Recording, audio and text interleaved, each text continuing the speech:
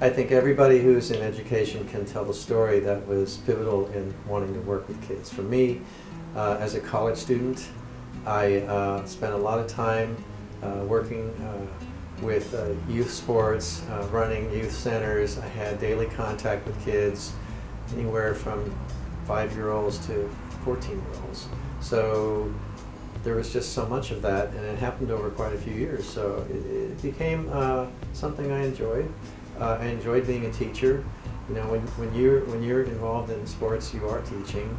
In fact, you're looking for a pretty discrete and absolute results, so it forces you to break things down in a way that allows your kids, your team, to understand what you're doing. So I enjoyed that. I had a lot of success with it. And that's what basically caused me to become a teacher. I worked for the Newhall School District as assistant superintendent from 2000 to 2005. And then I left in June of 2005 to become superintendent of the Carpinteria Unified School District, where I was for almost 10 years.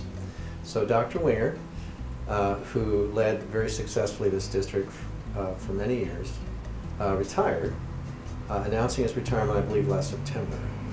So the job came up, and I decided after 10 years of working very hard in Carpinteria Unified School District that I would welcome a change of assignment. So I applied for the position, and fortunately, the board selected me. Number one this year is to continue our work forward to implement all these changes in California education. So there are several changes. The biggest change of all amounts to these new standards called Common Core.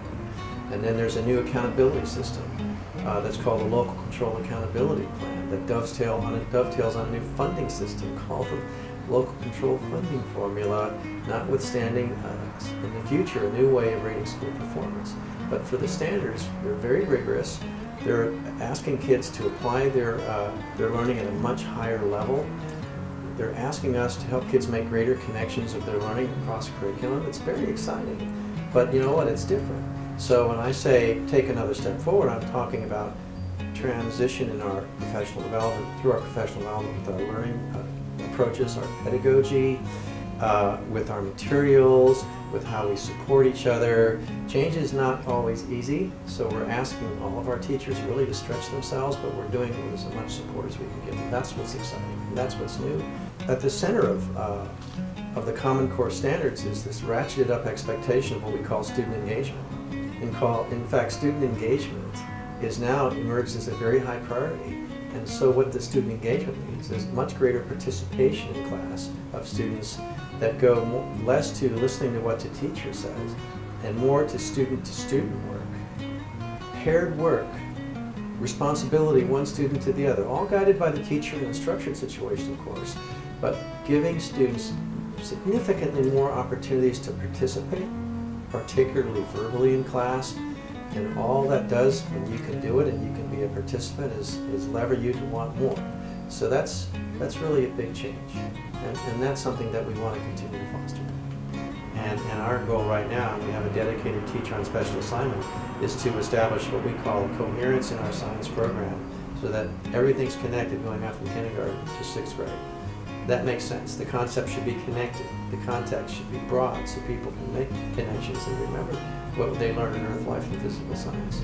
So that's an exciting, goal that we have is to create a science program that is very high end. And then on the art side, well, Newhall is amazing. We don't have a handful of kids in music. We have hundreds of kids in music. We have huge concerts. They start music in kindergarten. They start playing the recorder in 3rd grade. They get specialty instrument instruction starting in 4th grade. They get plenty of performance opportunities, which is really why you kind of take an instrument. I mean, if you played a sport in high school, you didn't practice year round without having a game. It's the same idea. It's bringing it all to the fore and showing what you can do. So we have huge concerts in the spring and in the winter, and they're magnificent because the instruction's so good. And then we have now 2 full-time out-of-classroom visual art teachers. That's amazing. So the kids are doing some phenomenal things as visual artists and getting that as an outlet for success and expression. And again, we connect those things to other subject areas. That's one of the themes on the Common Core. Let's connect all of our learning and make it more exciting for kids. So the arts are a big deal. Visual art and then the performing arts. We're going to take the auditorium at the Newhall School right now It's a big, huge concrete mess that hasn't been open for kids forever. And thanks to the voter-approved Measure E, it's going to undergo a $4.5 million renovation starting real soon. And it's going to become a performing arts venue, not just for the kids at Newhall School, but for the entire community. We are of a philosophy of continuous improvement here. So whereas we've had those systems in place, we take a careful look at, okay, well, what types of mechanisms do we have district-wide that say you need additional help? And what types of mechanisms do we have district-wide that says, well, you're right where you need to be and we can move on to another issue with you or with another student. So that's what I would call a tightening process. A central focus to that helps us take to the fore the best of what we know about what works for kids. So we review that and we make it better. We review our assessments, we make them better, our instructional materials, our professional development. Everything should be under continuous review, not to cause exasperation with people, but to elevate their skills.